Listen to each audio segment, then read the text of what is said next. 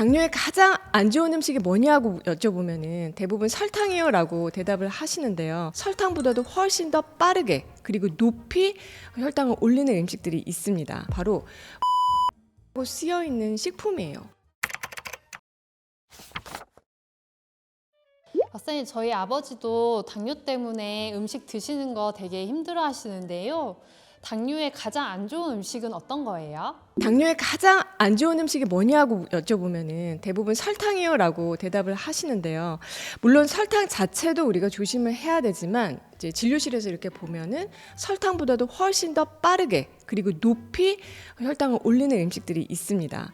자, 오늘은 그 중에서도 4가지 많은 분들이 오늘도 지금도 아마 무심코 드시고 있을 수 있는 정말 혈당을 흔드는 당뇨를 유발하는 진짜 범인을 알려드릴게요. 박사님, 그럼 설탕 자체가 혈당에 어떤 영향을 미치나요? 설탕은요, 혈당 지수라는 것이 대략 한 65 정도 돼요.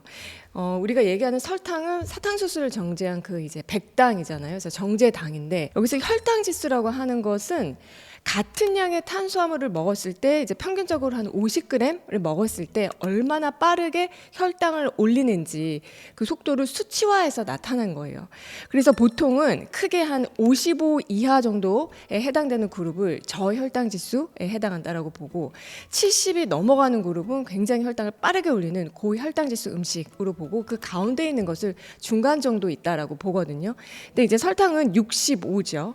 그런데 사실은 이런 혈당 지수만 봐서는 안 되고 이걸 GI 지수라고 하는데 혈당 부하 지수라는 게 있어요. 그러니까 이게 뭐냐면은 한 번 우리가 보통 그 섭취하는 그 양을 고려해서 환산한 값이에요. 그래서 이걸 GL 지수라고 하는데 GI 지수, GL 지수를 다 같이 봐야 되는 거죠. 설탕 같은 경우는 우리가 보통 설탕만 먹는 경우는 거의 없잖아요. 그래서 보통 다른 음식에 같이 섞어서 들어있는 경우가 많기 때문에 이 섭취 양에 대해서 얼마나 들어있는지에 따라서 GL 지수는 좀 편차가 있을 수 있어요. 그래서 이런 수치들을 기준으로 좀 객관적으로 설탕보다 좀 안 좋은 음식, 당뇨에 더 위험한 음식을 오늘 알려드리려고 하는데 바로 그 첫 번째가요, 여러분. 액상과당입니다. 이건 제가 지난번 통풍 영상에서도 한번 알려드렸었어요. 액상과당은 포도당보다 단맛이 너무나 강하기 때문에 아주 적은 양으로도 단맛을 쉽게 낼 수가 있거든요. 대표적으로 옥수수 전분을 효소로 분해해서 만든 고과당 옥수수 시럽이 있죠. 그런데 만약에 여기에 포도당을 조금 더 섞으면 이걸 포도당 시럽으로 부르고 표기를 그렇게 하고 있고요. 분말 타입이긴 하지만 비슷한 정도로 혈당을 올리는 것 중에는 말토 덱스트린이라는 것도 있어요. 그러니까 이름은 각기 다르지만 다 그냥 비슷한 아이들입니다. 자, 여기서 가장 많이 쓰이는 고과당 옥수수 시럽의 GI 지수는요, 70이 넘어요. 물론 이제 그 타입에 따라서 뭐 70보다 좀 낮은 것도 있고 높은 것도 있지만 평균적으로는 그렇고 결국은 이게 아까 설탕은 뭐라 했어요? GI 지수가 65라고 했죠. 그래서 설탕보다도 높은 수치입니다. 고과당 옥수수 시럽이요, 혈당을 빠르게 올리는 이유가 있는데 바로 흡수가 굉장히 빠르게 되기 때문이에요. 설탕은요, 포도당하고 과당이 1대1 결합으로 되어 있는 이당류인데 고과당 옥수수 시럽 같은 경우는 포도당이 훨씬 더 높은 비율로 결합되어 있는 것들도 있고 또 액상 자체가 훨씬 더 흡수 속도가 빠르기 때문에 혈당을 더 빠르게 올릴 수가 있는 거죠. 특히 과당은 간에서 대사가 되기 때문에 인슐린 저항성을 점점 높여서 혈당을 급상승시키는 그런 원인이 될 수가 있습니다. 뭐 그런 걸 떠나서 액상과당 같은 거를 자주 먹게 되면은 혈당도 혈당이지만 간을 계속 피로하게 해서 지방간을 너무나 쉽게 만드는 그런 중요한 원인이 될 수가 있어요. 자, 여러분, 식품에서 액상과당이 어디에 들어있을까요? 가장 많이 들어있는 식품 탑 10을 제가 한번 추려봤는데요. 1위가 탄산음료, 2위는 에너지 드링크, 3위는 과일맛 음료, 4위는 아이스티, 5위는 아이스크림, 6위는 빵, 케이크, 7위는 쿠키, 8위는 디저트류, 그리고 9위 소스, 케첩, 드레싱, 또 10위는 시리얼류입니다. 그래서 진료실에서도요, 탄산음료나 에너지 드링크를 습관적으로 먹고 있던 것만 끊어도 정말 지방간 수치도 확 좋아지고요. 그리고 혈당도 많이 안정되는 걸 볼 수가 있어요. 자, 그런데 여러분이 물론 이제 제품 표기마다 이제 액상과당이 들어있는 것들은 조금 주의가 필요하지만 사실 더 주의해야 할 게 있는데요. 바로 무설탕이라고 쓰여 있는 식품이에요.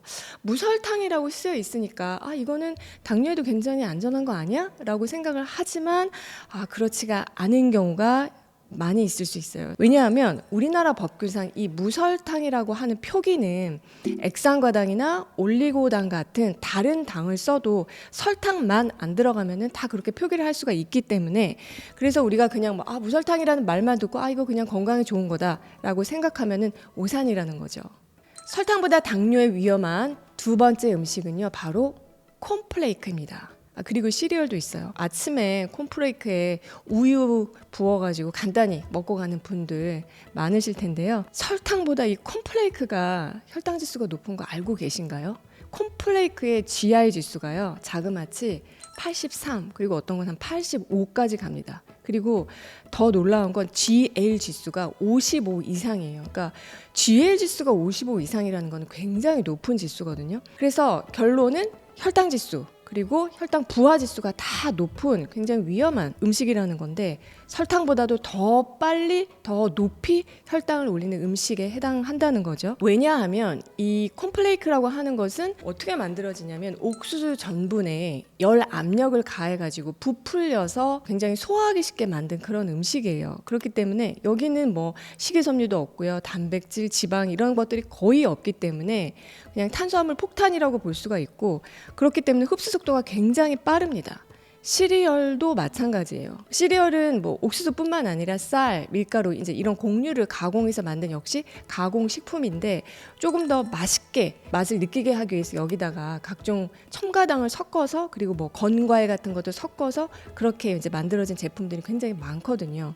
저는 그냥 시리얼은 과자다라고 생각을 하라고 말씀을 드리는데, 우리 정세현의 라이프 연구소 패밀리 여러분들은 아침 식사를 과자로 때우는 일은 없으셨으면 합니다. 설탕보다 당뇨에 위험한 세 번째 음식은요, 바로 흰쌀밥입니다. 설탕도 흰쌀밥도 모두 당뇨에 위험하지만 이 혈당 지수 측면에서만 놓고 보면은 설탕보다 훨씬 더 위험한 게 흰쌀밥이에요. 자, 설탕은 혈당 지수가 아까 65라고 말씀을 드렸죠. 근데 흰쌀밥의 혈당 지수는 72입니다.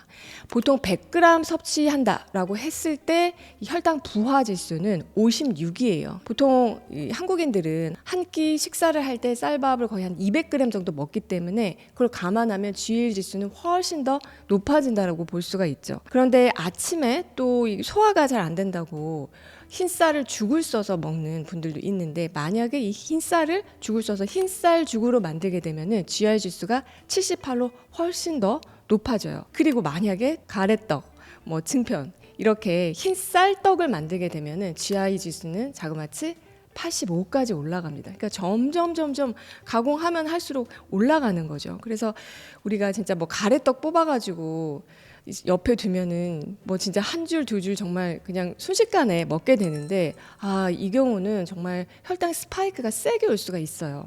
그런데 여러분, 오해는 절대 하지 마시고요. 제가 지금 뭐 흰쌀밥, 밥을 먹지 말라 이런 말씀을 드리는 게 절대 아닙니다. 우리가 밥을 먹더라도 건강하게 먹는 방법으로 드시면 돼요. 그래서 예를 들면은 이미 당뇨가 있다, 아니면은 당뇨 가족력이나 경계성 당뇨에 해당하는 분이라면은 당연히 흰쌀밥보다는 도정을 조금 덜한 뭐 5분 도미, 7분 도미 혹은 현미 잡곡밥으로 대체해서 드시는 게 훨씬 더 좋겠죠. 그리고 밥을 먹을 때는 제가 예전에 당뇨밥 영상에서도 알려드렸지만 반드시 탄수화물만 먹는 게 아니라 같이 단백질도 식이섬유도 같이 먹게 되면은 훨씬 더 혈당을 천천히 올리는 데 도움이 되고요.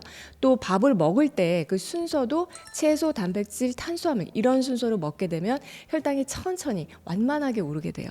설탕보다 당뇨에 위험한 네 번째 음식은요, 단막 과일입니다.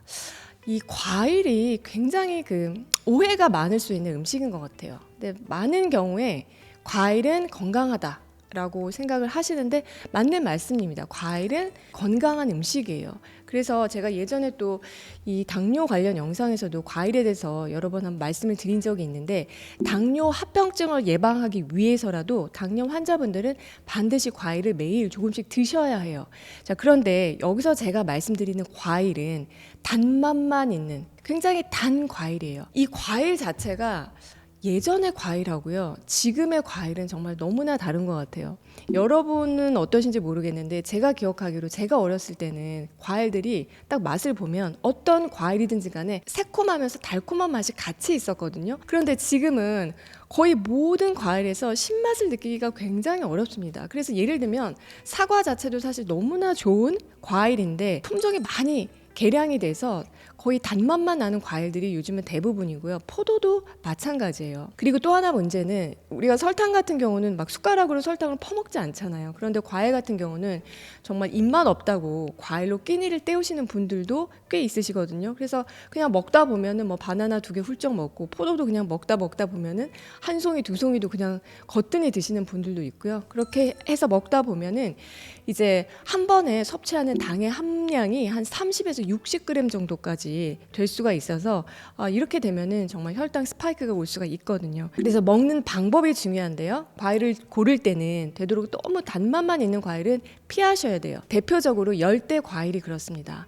망고가 그렇고요. 바나나도 너무 단맛 나는 바나나보다는 살짝 덜 익은 바나나가 좋고요. 그리고 포도, 요즘에 포도 같은 경우도 샤인머스켓은 사실 개인적으로는 너무 달아서 저는 먹는 걸 좀 피하는 편인데, 먹게 되면은 저는 이런 방법을 써요. 방울토마토랑 같이 먹어요. 그래서 샤인머스켓 하나 먹고 그 다음에 방울토마토 하나 먹고, 이런 식으로 해서 이제 섭취를 합니다. 그다음에 이제 두 번째는, 같은 과일이라도 만약에 과일을 말리게 되면은 혈당 지수가 대량 증폭이 됩니다. 포도도 건포도가 되면 당 지수가 훨씬 뛰고요. 그리고 대추 같은 경우에도 말린 대추는요, GI 지수가 70이나 되고요. 또 요즘에 이제 과자 대신 먹으라고 말린 파인애플 같은 것들도 많아요. 그런데 이것도 당 지수가 82, 어마어마하게 높죠.